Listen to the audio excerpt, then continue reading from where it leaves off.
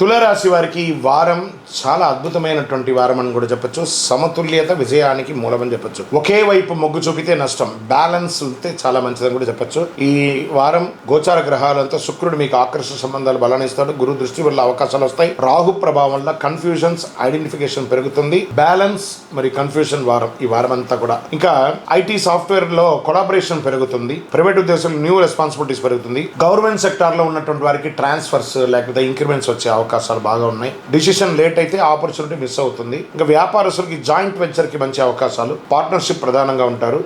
Agreements clear గా ఉండాలి. Real estate లో నెగోషియేషన్ టైం ఇది. ఈ వారం అంతా మీరు బ్యాలెన్స్ మెయింటైన్ చేస్తేనే profit confirm. Share market mixed result అని చెప్పొచ్చు. మోడరేట్ గెయిన్స్ అని కూడా చెప్పొచ్చు. కన్ఫ్యూజన్ వల్ల రాంగ్ ట్రేడ్ చేసి నష్టపోయే అవకాశాలు కూడా వారం మధ్యంలో ఉంటుంది. జాగ్రత్త.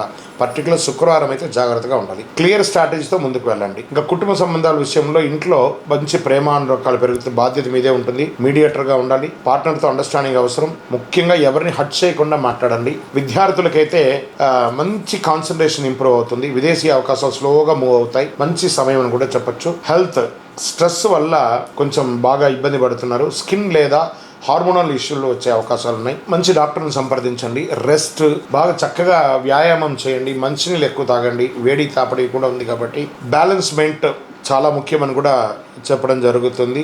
తులారాశి వారి వారం ఎలాంటి సమస్య వచ్చినా దాన్ని సులభంగా దాటవచ్చు. మీ నిర్ణయమే విజయానికి దారి తీస్తుంది కాబట్టి పరిహారం శుక్రవారం లక్ష్మీదేవి పూజ, తెల్లటి పుష్పంతో అర్చన చేయండి.